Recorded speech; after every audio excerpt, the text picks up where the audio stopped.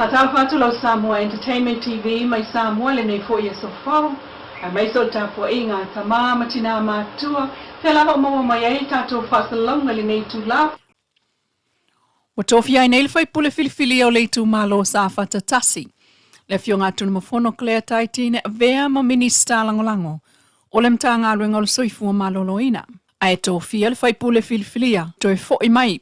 A le tu malo vai singa no lua. Moto pua a Henny Henry papali i. Ma minista langolango le mtanga aluenga o tupe maua. Ile mai ai o na whaatau tō fai pule o le mota i le so. Mai o toi no fo i ai nei no foa. O nā fo i tū malo e lua pe o nā vanua ile no fo sa fata tasi. Talu le whai unga le whaamsinonga o pālota. Na wha maoni ai le whaato sina a le whai pule mua le fionga seve te i fui mauno. Pe tai o le tū malo vai singa no lua na tu ua e moto po ale no foa mo le whaamalia ina. O le whainga whaavai pe o le toe fo i e whaila na pālota lai titi pe a ua whina ngā loe sui le wainga wha upu whai alu iai. Pe foi o na whai le whai pule o le tū malo vai maunga tolu. Le fionga tai o li seu ai maasu. Ua wha mawai ai i le so mai le no fuolo nei tu malo. Ai toi fo i whaila na pālota lai titi talu ua mana o e alu ese mai le HRPP. Ai usita ia le mana ongalo nei tu malo i alu ile wha atua i le atua Samoa utasi. Ele i eisa tala mai lana vang wha au pu whai pe tai na moli ai le wha manuianga a le tai o le wha se ilona wha moe pe on sao noa.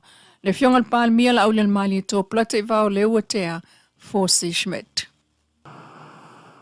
E o liseu, fiti e masu, e le whaingo fie whai unga i tai au whapenei. Ai ua manatu le nei tu o le malu, e le tu ua whaapo e vanga le tātou mawhtanga. O whea lava sa asa i eilo sa e la matanga, a tātou tau nuu mai loa le pāle mene, tātou umma sui mamalu e tau tua ina le tunu. Ai mamori atu lo mātou wanganga whawhtai tele, whai ilo leo e whai mafonga tau mamori o tātou whai ngā malo, mori atu ai le nganga whawhtai o no lau tau tua i le nei ono masina, sa tātou mafutai. E sa tātou mau e se le ala i le amatanga, o le longo whai, o le tūtā ua le nā mo oe mo le lumana. O mawai fo i atu vasa o tātou whi furi tua inga, o tātou whinaunga, ma tātou lefe mana mai. A le mauwha vai o loa langa pe le pāle mene le nei. The truth will always set you free. O le mātou whamanianga na. O ani futia wa sola māso walu, mātou whamanui atu i lo whamoe moe. Mātou whapai atu fo i le pai o le tu malo, vai maunga tolu, sa mwhai ngā e lea vea, wa le pai o ainga ma tapau, whale o polu o tō whinga. O lea wa whiri lau tau sui e whai le mea mi o tonu. O le upu whawai, o sei loa le mi o tonu a ele whaia, o le anga sala le nai lumo le tu. Mātou whamanui atu, mātou tāpoi atu, maua sauni, le whai ngā malo ma le ainga o le whātua tua i le tua Samoa tasi, mātou tele lango i lo whamai moe. Loto tele mai e manuia, a lofa tele atu i tape nanga uma, whamanuia le tua la sanga muri lumanai. Le fiongan palmia la au le mali e toa. Aina sauno fo i le whongwhetalai o le mautai whaaftai le sa tu le tofi o le tu malo vai maunga tolu ilo na mulmulita ia o tu la fono le mauta. Wamana ia i nei le whaaonga ina o tingi whingota e pe o tingi ali au. O se tasi o oa mai le ngātai whale le ngātai na tau mawha. Ai ia wa ai ia i le tangata Samoa o se tasi o ala ngā tupe multa mau ainga. O le aunga le nao le o onga lima so leo wa tu whaata sia. E le Conservation International po le vaenga o whainga whaiva Samoa. O le aunga le nao le o onga lima so leo tu whaata sia le Conservation International. O le vaenga o whainga whaiva Samoa. O le mtanga luenga o whaatu angam whainga whaiva. Malangolango ina le United Kingdom Foreign, Commonwealth, Male Development Office i lalo o le Sustainable Blue Pacific Initiative. Ma whaamino iai i Samoa. I le whaapaanga a le CI i le la panga. Male Office of the Pacific Ocean Commissioner. Ma whalau tele mai ai el komsina o Peritania i Samoa Daniel Garlic. Le sao o lona malo. Uftaito ina i male le hasa whaavao malo le tau pulenga. Mai o le o onga o whaanga solo i nei, so o tanga i le vai tau waso nei. Si tia awa le mawai tupe, male whaatu mawina wa tina e whai, i tama ia tunu upe o Samoa. Mo le mawina le sele i Samoa o le fingota le o le aliao. Ai na o le ano lava e whaonga e tia i le tingi, mai tawina e lea mana ia i stangata le tingi aliao. O le aonga le ua whaia nei e sui o le vaenga o whai ngā whaiva.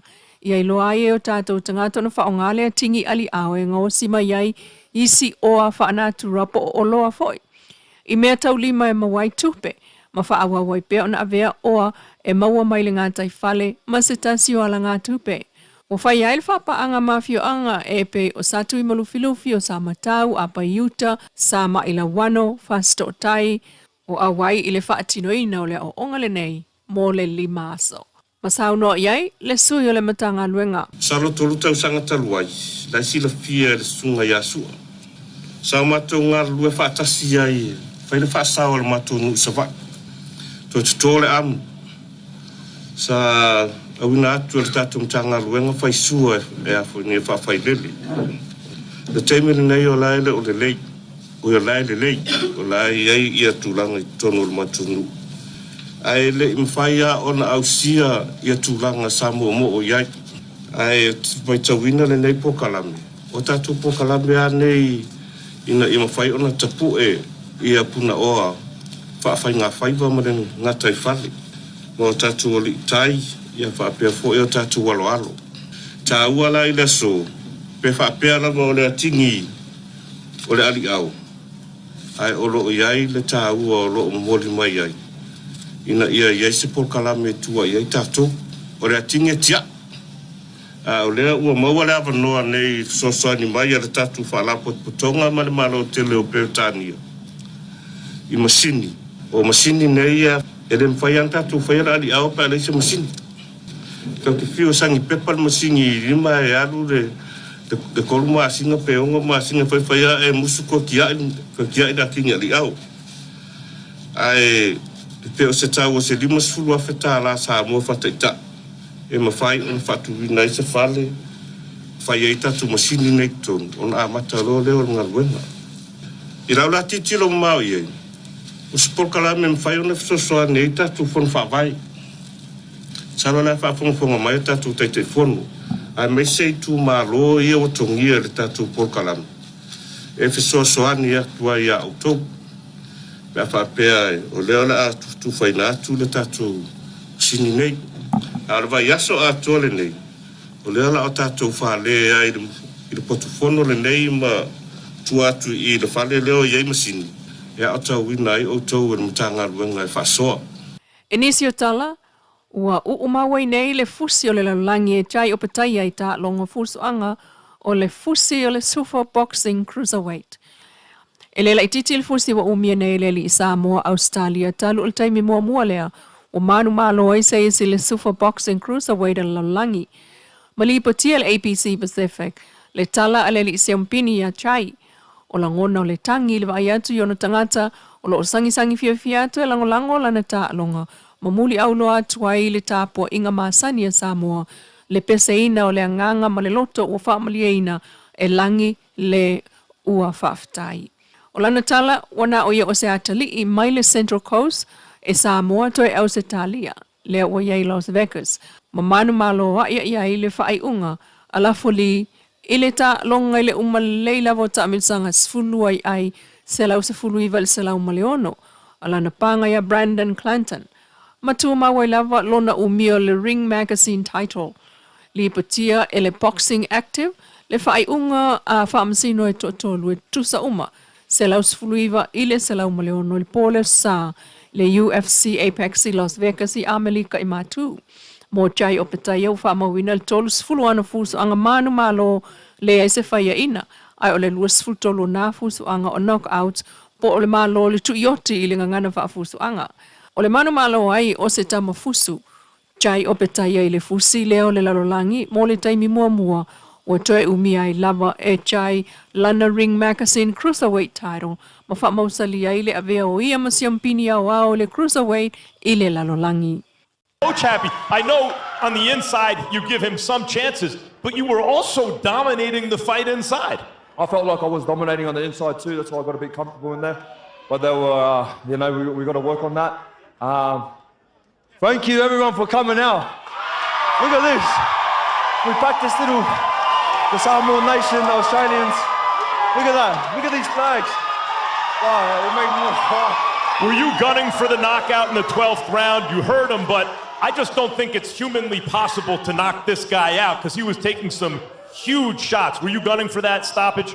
Oh man, I'm just a kid from fucking Central Coast, bro. Half Samoan, half Australian. To be here in Las Vegas. Watashi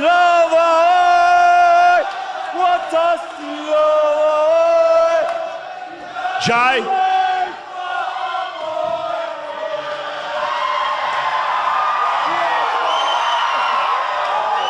Jai, you're the recognized Ring Magazine Cruiserweight champ. You are now the Zuffa, the first ever Zuffa champion.